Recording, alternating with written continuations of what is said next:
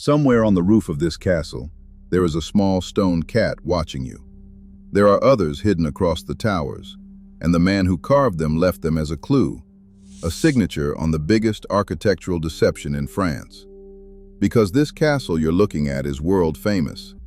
Millions have seen it, and almost no one realizes that most of it is fake. By the end of this video, you'll know why a French emperor spent a fortune rebuilding a ruin he would never sleep in, why the medieval castle in front of you was actually designed after the Middle Ages were long over, and what those little stone cats are really doing up there.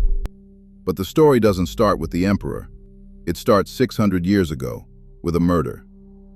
The year is 1397. France is bleeding through the 100 Years' War, and the royal family is quietly tearing itself apart.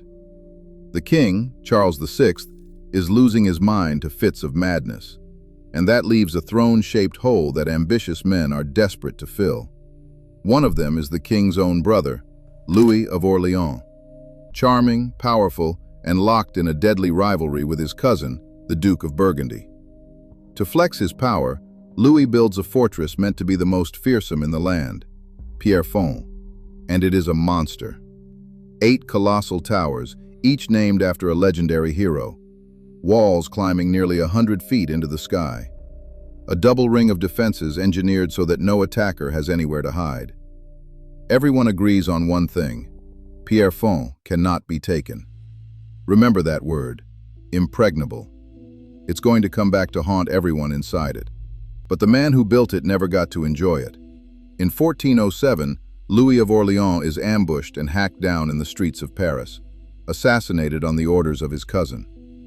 The castle is barely finished, its creator is dead, and Pierrefonds falls silent. Now jump forward 200 years to 1617. France has a new king, Louis XIII, but he's still a teenager, and rebels are testing how weak he really is. A group of them needs somewhere to hide, somewhere no army could ever breach. They choose Pierrefonds, the Impregnable Fortress. It's the worst decision they will ever make, because in the 2 centuries since those walls went up, one thing has changed everything: gunpowder. The rebels are betting on stone. The king answers with cannon, sent by one of the most feared men in French history, Cardinal Richelieu. The fortress falls. And then comes the order that no medieval castle can survive: tear it down. But here's the strange part, and it's the reason we still have a castle to talk about at all. Pierrefonds is so vast, so brutally well built, that the demolition crews give up.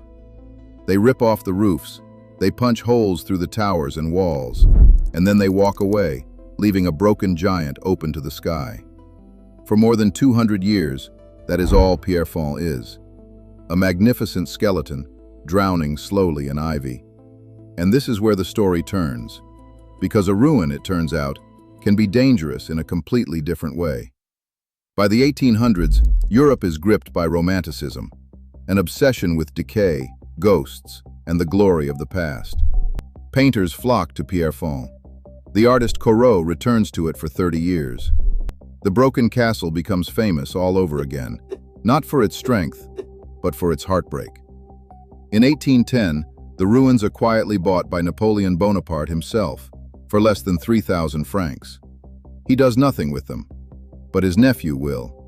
And when he looks at these ruins, he doesn't see a broken past.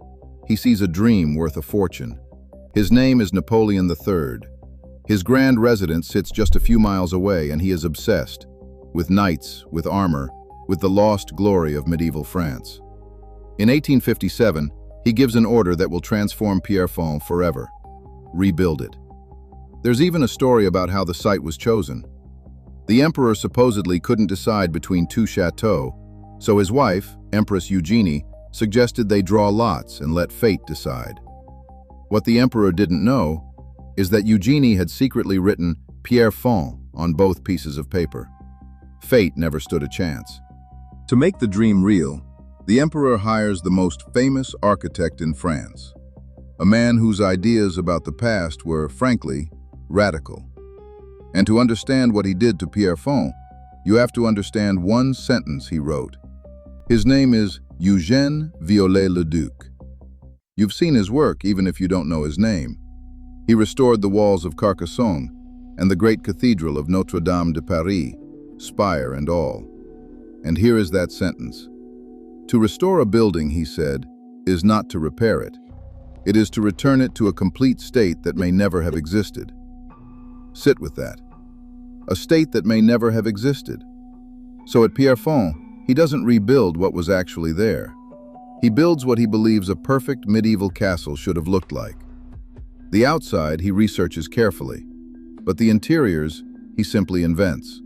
Soaring painted halls, fantastical carved creatures, an idealized fairy tale of chivalry that no real castle ever had. In the Great Hall, 9 stone warrior maidens crown a giant fireplace, and their leader was given the actual face of Empress Eugénie, her handmaidens modeled on the Empress's real ladies-in-waiting. And remember those cats from the very beginning? Viollet-le-Duc adored animals of the night, owls, and above all, cats. So he hid them across the rooftops, little stone guardians tucked into the gables, staring down at visitors who never look up. His private signature on his greatest invention. The emperor's ambition keeps swelling. A modest restoration becomes a full imperial palace. The bill climbs past 5 million francs, most of it from the emperor's own pocket. And then it all collapses. In 1870, France goes to war with Prussia and is crushed. Napoleon III is captured. His empire falls. The imperial family flees into exile in England. They never spend a single night at Pierrefonds. The architect works on, but in 1879, Viollet-le-Duc dies, never seeing it finished. And in 1885, the money runs dry and the tools are set down for good. That's why, even today, some rooms stand bare and unpainted, a fantasy frozen mid-sentence. And yet, this is the twist the demolition crews of 1617 could never have imagined. By reinventing Pierrefonds, Viollet-le-Duc accidentally built something no real medieval castle could ever be, the perfect fairy tale. So perfect that filmmakers can't leave it alone. It became a fortress in the Hollywood film The Man in the Iron Mask, with Leonardo DiCaprio. For 5 seasons, it was Camelot itself in the BBC series Merlin. And it's said that when the king behind Germany's famous Neuschwanstein Castle went looking for inspiration, he came here first.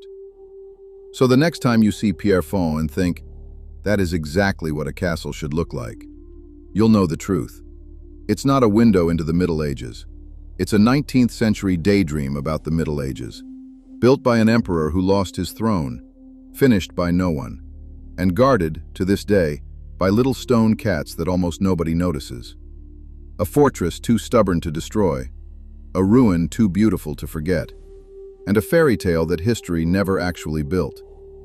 If that story surprised you, subscribe, because next time, we're unlocking the secrets of another French chateau that looks nothing like what it pretends to be. Thanks for watching. I'll see you at the next castle.